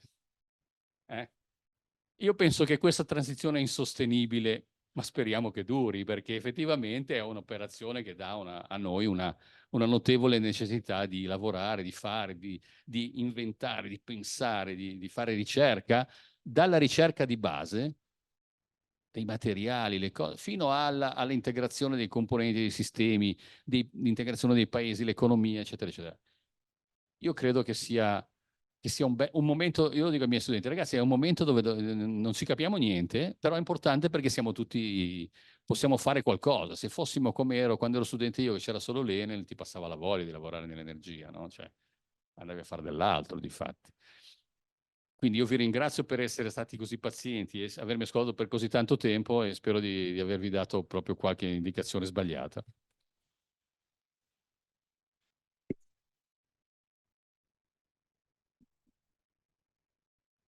Grazie Aristide di questa carrellata, in parte estremamente interessante, con dati interessanti che molti probabilmente non conoscevano, però anche preoccupante, perché tu hai posto e hai messo in rilievo dei problemi che sono effettivamente sono veri e che ci ritroveremo davanti nella nostra vita immediata nei prossimi anni. Quello che mi fa piacere è le tue ultime osservazioni, è necessario ricerca, è necessario lavorare, è necessario studiare, quindi fondi per la ricerca, cosa che in Italia ce n'è un po' pochini. Comunque, in generale, direi che però il gruppo genovese qualche cosina ha fatto, no? I vostri contributi, parlo in generale, non solo del gruppo Massardo, anche della parte non universitaria, voglio dire, qualche contributo positivo lo hanno dato, speriamo che continuino a dare questo contributo e ce ne siano molti altri. Hai fatto vedere una serie di e adesso finisco e lascio spazio alle domande. E no, e adesso cosa facciamo? Adesso io devo se ci sono domande, Zani, prego. C'è qualche spazio per Innanzitutto grazie, è stato veramente interessante. Non è che porta un po' sfiga lei, un pochino. Capisco, sono d'accordo sul 100%, lo dico anch'io. È realista. È un realista, è un realista. La passione nelle cose la faccio positiva. In realtà è un tema che ogni giorno io vado a fare lezione. Immagino. No, gli spiego. Arriva lo studente che viene dal liceo e mi dice: professore, ma lei parla di combustione di fossili, ma ormai siamo tutti green. Dico, ragazzo mio, forse è meglio che lei spieghi un po', perché qui la situazione non è così. Cioè, Il problema è che ho la sensazione che ci sia troppa gente che pensa di aver già risolto il problema. Sono d'accordo E con invece lei. siamo ancora in mezzo al guado. Posso pensare In questo così, senso, poi non vorrei... giusto un'aggiunta non dica più positiva. queste cose, se no Io poi sono sono sempre un rosse. po' come si dice, sono un tecno, vabbè. E forse lei ha presentato sempre dall'alto le grandi centrali, le grandi reti, tutta reale, le conosco benissimo. Se invece pensassimo dal basso, cioè se ognuno si facesse la sua energia, anche a livello cittadino, anche sui condomini, anche naturalmente ciascuno con la sua batteria. Poi se il condominio non la vuole, quello è un altro paio di maniche, ha ragione. E quindi probabilmente riusciremo a gestire meglio la rete partendo dal basso, o meglio, cercare un punto di... Allora, Perché le comunità energetiche attuali le comunità, permettono questo. le comunità energetiche, abbiamo avuto una presentazione del gruppo Sì, IREN su quello infatti, che avevamo portato, infatti. molto interessante. Io credo che il problema delle comunità energetiche, come il partire dal basso, sia che poi c'è una gestione complicata dal punto di vista quindi c'è necessità di aggregatori. Come? Bisogna aggregare, Certo. perché ci sono aggregatori e aziende che lo fanno di mestiere. Quindi Sì. io non ho sviluppato questo aspetto perché ho ragionato in termini, diciamo, di No. missione paese. Se vuole, ho degli esempi diretti. Ma è chiaro che è evidente che se io posso generare energia in un ambito, diciamo, ben definito e divento autonomo, posso funzionare, è tutto di guadagnato. No, ma però non se lei va a vedere, il Fit for 55, sì, che mi viene certo, di certo. c'è una parte che dice fotovoltaico roof, cioè sui tetti. Sicuramente. Ecco, allora, però se io devo fare conto su quello, potrò fare conto veramente quando gestisco la rete o no? No, ci Perché vuole questo è il tutto, sì, problema. certo. Allora, il problema è l'integrazione e sapersi parlare. Le faccio un Oggi, esempio, carino. In un'assemblea mi hanno coinvolto, non volevo andarci perché non è neanche mia, e si è presentata la Edison che presenta una comunità, dice io vi faccio l'impianto sul tetto, poi voi vi mettete tutti in comunità e quindi guadagnate qualcosa per il consumo durante il giorno. Poi rendendosi conto che guadagnavano veramente troppo loro, allora l'Edison regala energia 2 mesi e se poi uno fa anche il contratto del gas 6 mesi. Diciamo, questa è la situazione. Sì. Però il problema è che a Genova mettere un impianto sul tetto quasi mai si può perché la legislazione che abbiamo è quella che l'impianto non si deve vedere. Quindi a questo punto Genova è tutta verticale, vediamo niente. Sì, ma il problema delle autorizzazioni è un problema comunque bestiale. partirà pian piano, vale con grandi difficoltà. Sì, vale con tutto, certo. Speriamo che ci sia la possibilità di partire anche dal basso. Presentazione. Bene, grazie. C'è spazio ancora per una domanda? Prego. Anch'io mi complimento per la presentazione. No, io però volevo fare intanto un'osservazione che noi negli ultimi 100 anni comunque di transizioni ne abbiamo già fatte. Assolutamente. La metanizzazione, per esempio, è stata realizzata in pochi anni ed è una cosa mostruosa, cioè noi siamo collegati, tutte le abitazioni o quasi di tutta Europa sono collegate l'una con l'altra fino alla Siberia, no? E non è stata un'operazione da poco. Non so. Quindi diciamo che noi adesso siamo molto spaventati, ma ce le hanno già fatte fare delle transizioni senza dircelo probabilmente e secondo me si farà, insomma, in qualche maniera si troverà. Un altro commento è che giustamente tu sei un ingegnere meccanico energetico e io trovo che quello che mi fa più paura, o meglio paura, che mi così lascia perplesso, è che si parla di tecnologie che sono totalmente ancora immature. No? cioè no. Sì. No, il solare non è particolarmente immaturo, ma per esempio già l'auto elettrica è una tecnologia immatura, cioè che funziona un po' e vedremo se funzionerà. No, a parte la corrente, già il semplice fatto che ti costi l'ira di Dio e che ti duri molto meno, per esempio un aereo elettrico si può far funzionare per farlo andare qualche chilometro, ma poi non ci va. Insomma, quindi ecco, e già che ci sono, mi faccio un po' di pubblicità, visto che io dovrei parlare a marzo, se non sbaglio, io riprenderò questi temi sull'aspetto chimico, perché c'è tutto il discorso dell'hardware, che significa materiali, che significa chimica, che pure secondo me è molto problematico.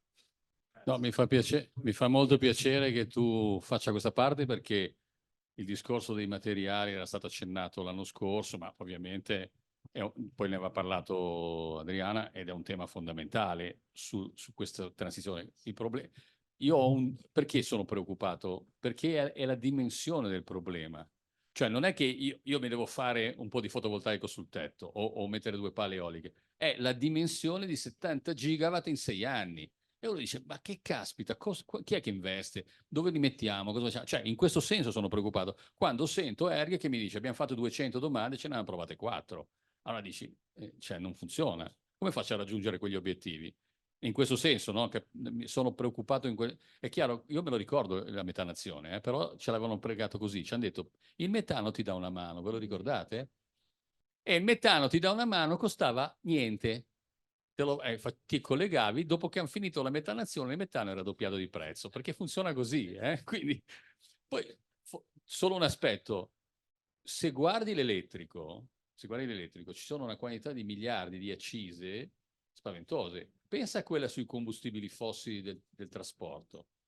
E tu pensi che lo Stato possa rinunciare a quelle entrate lì, o le scaricherà sull'elettrico? E quindi oggi ti dicono la macchina elettrica la carichi con 2 euro, ma fra 10 anni con quanto la carichi? Te lo devi fare questa domanda, perché è così. Però nessuno te lo dice, perché se poi è meglio lasciar perdere. Dopo, quando saremo tutti elettrici, la pompa di calore a casa a posto della caldaia, sì, ma poi l'elettrico quanto costerà? Perché c'è questo problema. Cioè, prego. Grazie e complimenti, come sempre, che è sempre illuminante il professor Nassar. Tra l'altro azzardo un paragone, come diceva, come hai detto verso la fine, no? Che hai lasciato tanti dubbi e tutto il resto. Enzo Ferrari si definiva agitatore di uomini, e tu, secondo me, No, beh, sì, per amore di Dio, per quello che puoi, no, la stirpe è quella lì.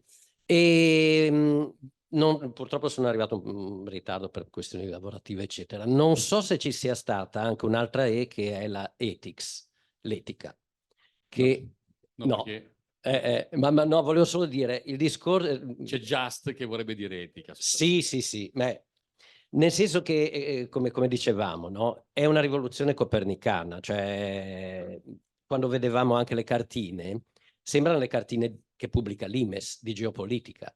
Cioè la dimensione è quella lì, oltre al numero 70 gigawatt e tutto il resto, eccetera, eccetera. C'è tutto un bilancio, come dire, basta vedere la cartina.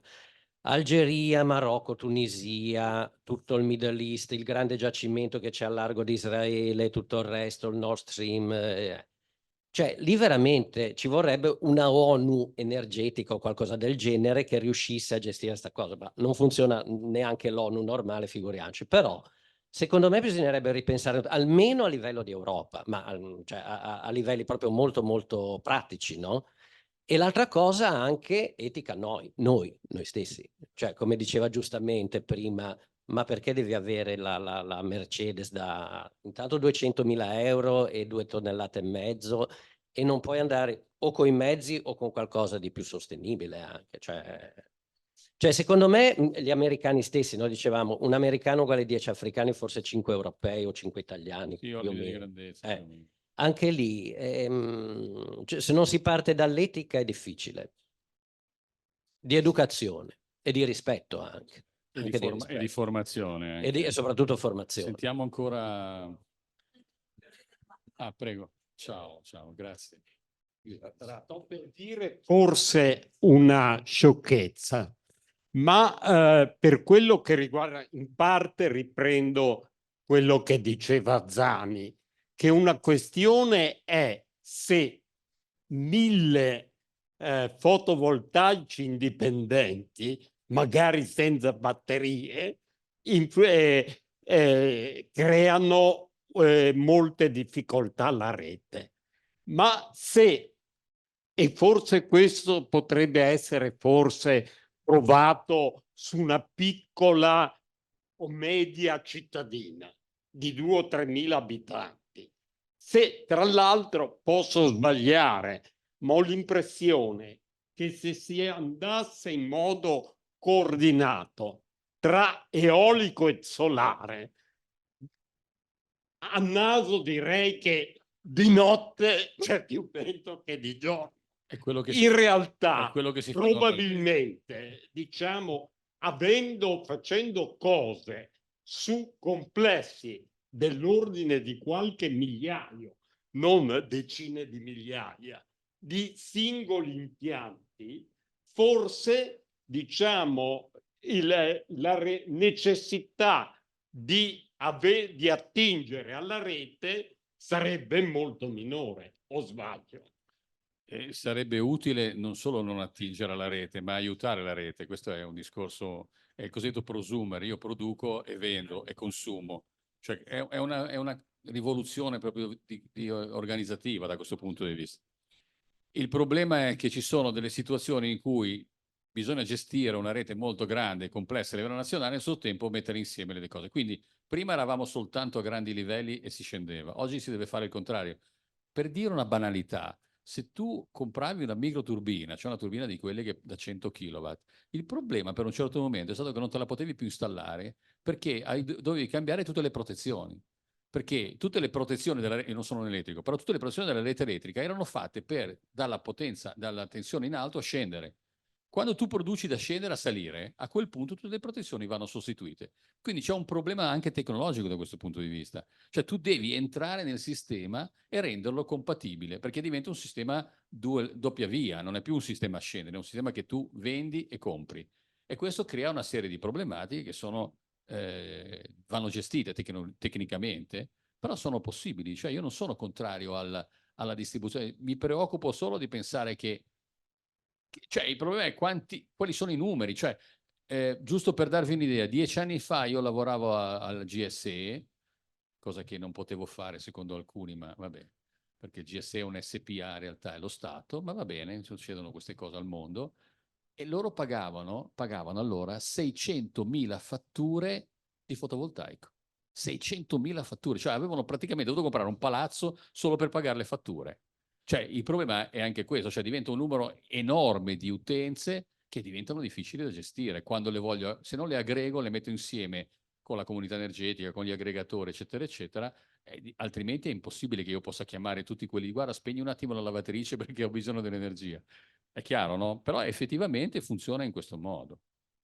Eh sì, io volevo chiedere, si Prego. parla sempre di solare fotovoltaico, ma le centrali solari termodinamiche che aveva ideato Rubbia potrebbero dare un piccolo contributo alla produzione di energia che magari può essere anche accumulata o sono state abbandonate ormai del tutto? No, dunque, ci sono degli interessanti studi su questo tema, non soltanto sulla soluzione di Rubbia. La soluzione di Rubbia aveva un piccolo problema, che essendo a sali fusi, se per caso i sali solidificano, butti via tutto, chilometri di tubi, no? Questo è un problema che hanno in alcuni impianti chimici. Il deasphalting oil di ISAB è lo stesso problema, se scende sotto 160 gradi butti via 5 chilometri di tubazioni, cioè e butti piene di petrolio. Quindi voglio dire, c'è questo problema, devi avere una sicurezza.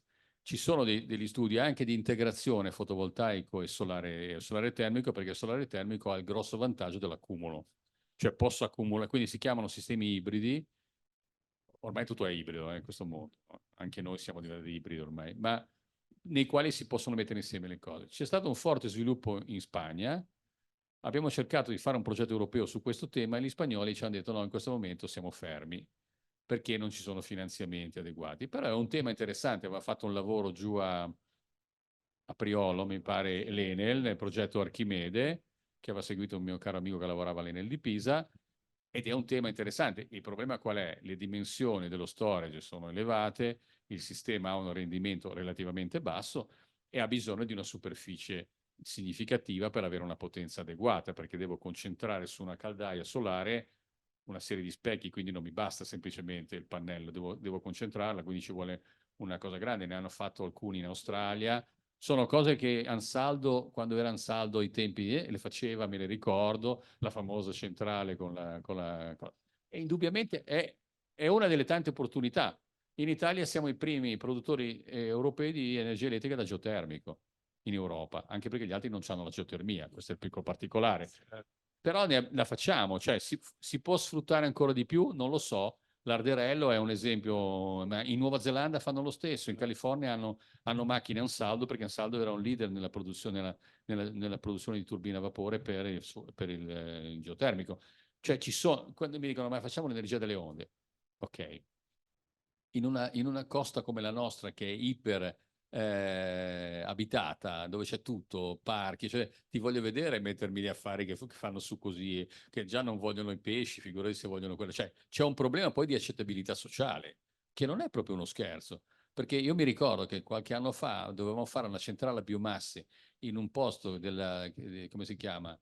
Dentro a Imperia, adesso per andare a Mendatica, cioè non mi viene il nome adesso del posto, era una centrale da 3 megawatt elettrici, quindi consumava 75.000-80.000 tonnellate all'anno di legna locale. Non si è fatto niente perché la gente non voleva che ci fosse, perché ha detto poi ci buttano la spazzatura, cioè vabbè, in Italia può succedere di tutto, non è detto. Però hanno rinunciato a 4 milioni di euro di finanziamenti della comunità europea, no? Quindi cioè, ci sono tutta una serie di problematiche che poi quando vai sul territorio ti dicono, ma no, ma dai, sai, sì, falla però non dietro casa mia, falla da un'altra parte, ho capito, ma cioè... Non solo etica, ma informazione alle persone. L'accettabilità sociale non è banale. Poi... Cioè, immaginatevi se adesso venissero qui e vi dicessero che vogliono, tutti siamo per il nucleare, sì, vogliamo, però te lo metto dietro a casa del professor Busca. Lui cosa dice? No, aspetta un attimo, perché funziona così. Cioè, purtroppo... ma difatti io sono stupito che a Trino Vercellese abbiano detto vogliamo il deposito solo 2 comuni sul comprensione. Ho capito, l'altro gli ha detto sì, ma ci sono 700 posti di lavoro. Perché se l'hanno... Sì, ma difatti... Ma perché ci sono i reattori nucleari che usano i detriti, sì, le scorie. Però sono 30 anni, 40 anni che in Italia dobbiamo fare il deposito di nucleare nazionale.